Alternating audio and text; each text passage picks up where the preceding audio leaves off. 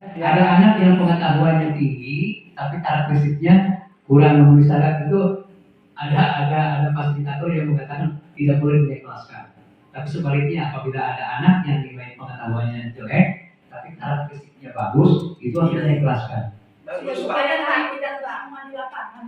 Gimana itu? Ya, makanya ini Bu, saya juga di kegiatan di kelas itu merasa kebingungan. Jadi harusnya bagaimana ini Bu, gitu ya. Sedangkan yang ketiga itu tidak boleh ada anak yang tidak naik kelas. Jadi yang mana yang harus dipakai, gitu ya. Jawabannya bagaimana? Ya Pak, kita berjalan sesuai dengan jawaban itu tadi. Itu. Jadi yang membuat kita bingung itu Bu. Ngapunten Pak. Ya. Ya tadi sempat menyampaikan kalau kita harus mengikuti air mengalir. Iya. Tapi saya kan sering sharing sama teman seangkatan itu, saya angkatan SDG maksudnya Iya. kan kalau di dalam kelas kita itu kan ya mungkin kelas saya khususnya yang saya ketahui itu kan anak-anak yang di bawah standar kemampuan anak kelas 5 itu lumayan banyak ya Pak. Nah saya sharing itu kan katanya sih kalau kita itu di kurikulum merdeka itu kita nggak menuntut anak itu sesuai dengan kemampuan anak-anak di atasnya. Jadi misalnya si A itu cuma mampu membaca sekedar huruf vokal konsonan itu aja yang kita ajarkan buat mereka itu. Terus sementara yang anak kemampuannya lebih tinggi sampai dia mampu kita lempar ke materi berikutnya ya itu dulu yang kita angkat materi selanjutnya. Si anak yang tadi di bawah itu ya kita ikuti terus. Jadi kita itu seolah-olah membimbing. Saya aja 45 anak itu ya Pak. Jadi yang bagi saya sendiri di bawah benar-benar di bawah itu 10 anak sih ada ya Pak. Dari saya ya memang merasa kewalahan ya. Maka saya harus menempatkan yang 10 anak sementara yang anak tingginya saya kesampingkan kan kasihan juga ya Pak. Ya memang betul begitu Bu. Memang ini ya kita itu seorang guru itu betul-betul ekstra yang luar biasa. Kolaborasi Pak. Iya. Begini Pak, jadi apa yang saya pahami di guru penggerak Pak, puntennya Pak, ini sharingnya ya. Di guru penggerak itu kan patokannya Ki Hajar Dewantara. Dia itu mengarahkan kepada guru bahwa harus belajar berpihak kepada murid. Jadi intinya ketika melihatnya Ki Hajar Dewantara, mungkin Islam yang dijadikan rujukan bahwa kewajiban mencari ilmu itu kewajiban anak itu hanya mencari ilmu Pak. Adapun bisa dan tidak itu nomor berapa? Ya itu mungkin patokannya ke sana.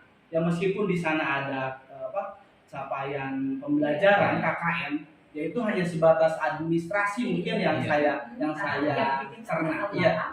Karena bagaimanapun siswa itu ketika di kelas itu ya tetap jangan sampai tidak ada yang naik tidak ada yang tidak naik kelas. Karena di homeschooling saja di paket A, paket B, paket C itu meskipun belajarnya kurang terkontrol itu tetap diluluskan. Karena mungkin berbeda situasi, berbeda standar. Ya betul Pak gitu. Karena kan di kurikulum merdeka ini ada yang disebut dengan fase A, fase B, dan fase C ya Bu. Jadi ketika anak tadi itu yang Ibu alami ketika di kelas 1, ini anak itu mampunya sampai di sana. Nah nanti bisa ketemu lagi di fase berikutnya, begitu. Nah itu lanjutkan ya Pak. Yeah. Nah sehubungan dengan 3 tingkatan anak dalam kelas saya itu kan apa saya itu administrasi menyesuaikan kondisi ketiga sebenarnya Pak. Nah saya harus mengutamakan anak yang di bawah atau yang sedang atau yang di atas, saya sendiri merasa ya mungkin karena memang saya blank untuk kurikulum merdeka ya Pak. Iya, bagus Bu, luar biasa Bu pertanyaannya luar biasa, membuat saya bingung menjawab. Ya, terima kasih Bu masukannya.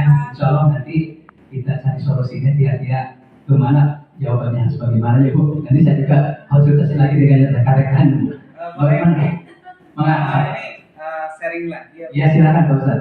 Bukan berarti saya lebih bisa Pak. Tapi mungkin saya kolaborasi dengan yang lain lebih sering. Di kurikulum merdeka itu ada pembelajaran berdiferensiasi ya. Diferensiasi itu kan ada yang kinestetik, yang ke praktek, anak senangnya praktek, kemudian ke visual, anak senangnya melihat, kemudian satunya anak senangnya ke auditori, senangnya mendengarkan ceramah.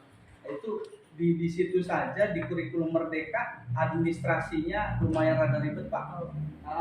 Sosial emosional untuk menghindari anak tawuran, sehingga anak bisa mempunyai karakter yang lebih. Nah, ini tuntutannya berat kurikulum Merdeka.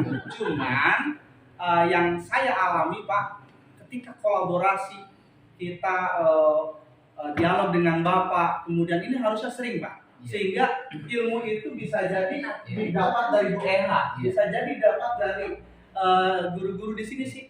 Kita kolaborasi sehingga ilmu itu tidak hanya didapat dari Bapak, tapi kita semua mampu untuk mencapai satu tujuan untuk komunikasi. Betul Pak. Memang betul Pak.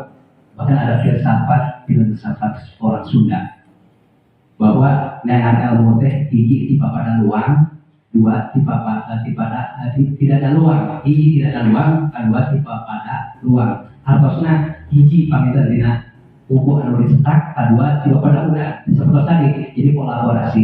Jadi betul Pak, kita itu jangan sampai berfokus satu narasumber saja. Silakan bisa berkomunikasi dengan yang lain seperti Pak Ustadz tadi, dengan teman Jawa, dengan kepala sekolah atau dengan yang lainnya. Itu lebih bagus. Itu namanya kolaborasi untuk menentukan tujuan kita atau pertanyaan-pertanyaan kita yang kira-kira perlu jawaban yang maksimal. Seperti itu ya bisa. Dan tidak naik. Iya, Saya iya. masih kepikiran Iya. karena saya alhamdulillah di kelas bawah. Jadi langsung saya tuh tadi mau bertanya gini. Saya kebetulan dan Bapak itu kan tadi menginformasikan sebelum kita kegiatan workshop ini, Bu Elis nanti katanya siap-siap untuk lomba literasi dan numerasi. Saya tuh browsing ya Pak ya, apa sih yang harus saya lakukan gitu. Apalagi saya kelas bawah. Ternyata saya menemukan di situ satu video bahwa di situ tentang lomba numerasi, literasi sama numerasi. Literasi dia itu membaca untuk kelas bawah ya. Kemudian setelah saya selesai, pada saat melihat video itu, Bupati Dompu, itu dari Dompu ya, saya lihat. Bupati Dompu bilang seperti ini, tolong Ibu Bapak, kalau ada anak yang belum bisa baca, jangan dinaik kelaskan. Saya tertegun, aduh iya ya anak saya harus bisa baca, sementara harus kerja ekstra nih supaya bisa baca. Apapun yang terjadi, apapun yang harus kita lakukan, anak bisa baca, mengenal angka, pokoknya calistumnya itu harus fokus gitu ya. Nah, pada saat setelah saya menyaksikan itu, kemudian Bapak mengutarakan hal seperti itu, anak kudu naik kelas wae. Saya bingung lagi, ini kembalikan lagi mana ya arahnya. Jadi apakah kita mengikuti, kalau kita mengikuti alur pemerintah harus naik sesuai dengan nanti ada fase-fasenya, ataukah memang karena kebanyakan begini Pak, anak itu tidak bisa baca, itu kadang-kadang kendalanya anak itu sekolahnya jarang, ya kayak tugas-tugasnya jarang. Intinya mah gini Pak, kita melihat kondisi keadaan anak itu beragam sekali. Informasinya.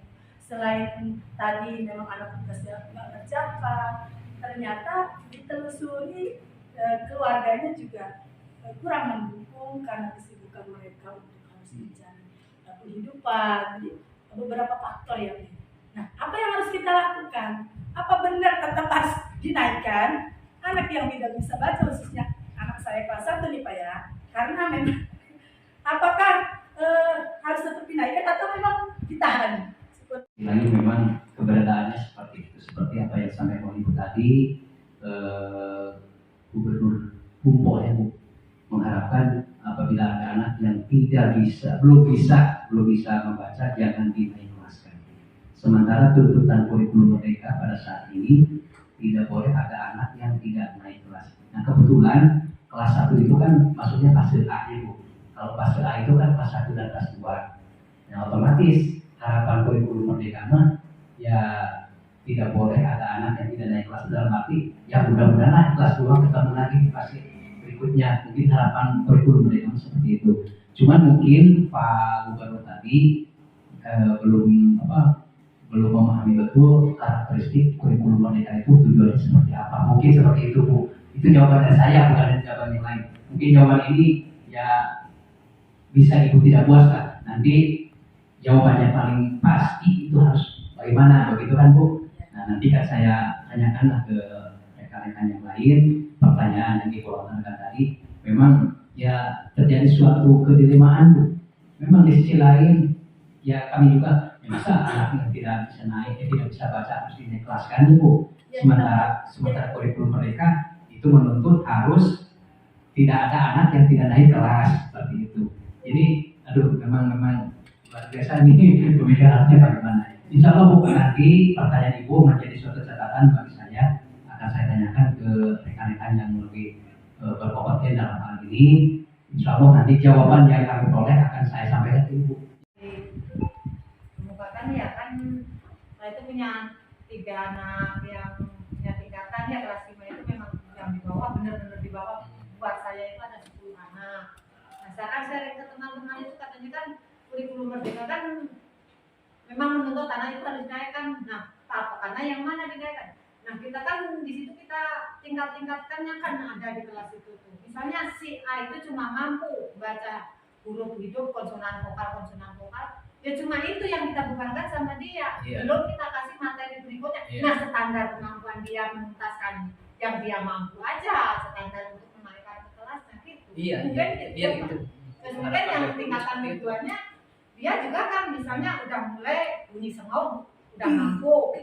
Nah kita gendeng itu udah mampu, kita tingkatkan lagi. Nah untuk kenaikan aja kita patokan sama yang kita ajarkan ke anak itu saja, mungkin gitu kan? Iya betul Bu, betul. Jadi kan kita sama ratakan kemampuan di kelas banyak Pak. Ya maaf Ustaz.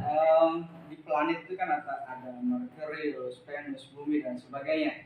Itu kan cara berputarnya berbeda-beda. Ada yang cepat. Nah itu sesuai dengan kodratnya mungkin di sini Pak. Bisanya anak harus naik kelas tuh karena mungkin di fase yang lain akan lebih maju. Seperti itu. Mungkin standarnya itu Pak. Naik. Terima kasih Pak. Terima kasih Ibu. Ada lagi? Naik. Kelas ketika guru-gurunya itu tetap mengajar dengan berpihak kepada murid Pak. Punten ya Pak, punten bisa. Jangan sampai ada bahasa si anak boleh dinaikkan. Wis kudu diajarin macam. Jangan sampai salah persepsi ke sana gitu. Jadi tetap dinaikkan, tapi ya kitanya sendiri di lapangan yang mengajarnya harus berpihak kepada anak dan semaksimal mungkin untuk menutup kekurangan dia.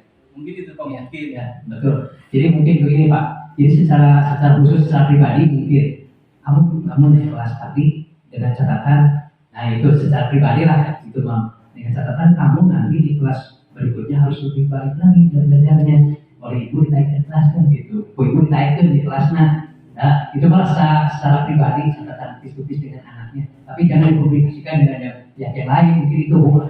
Untuk sementara itu aja dulu Bu. Supaya tidak menimbulkan kecemburuan sosial. Memang itu Pak kendalanya akan menimbulkan kecemburuan sosial Pak. Iya. Soalnya di sekolah itu bisa naik lah. Gitu. Seperti itu memang itu ada rubrik seperti itu Pak. Jadi memang saya dengar sendiri, usah tuh sekolah, tenang guys sekolah mana di sekolah dia bikin naik. Nah itu memang ada, itu tercetus dari anak sendiri Pak. Ada terdengar langsung oleh saya sendiri. Jadi untuk sementara itu aja. Jadi silakan oleh Ibu secara bis-bis dengan anaknya. Nah sebetulnya kamu itu tidak pantas untuk naik kelas. Namun setelah dilihat kamu itu sendiri, tapi nanti jelas catatan ketika kamu sudah di kelas berikutnya, kamu belajarnya harus lebih meningkat lagi.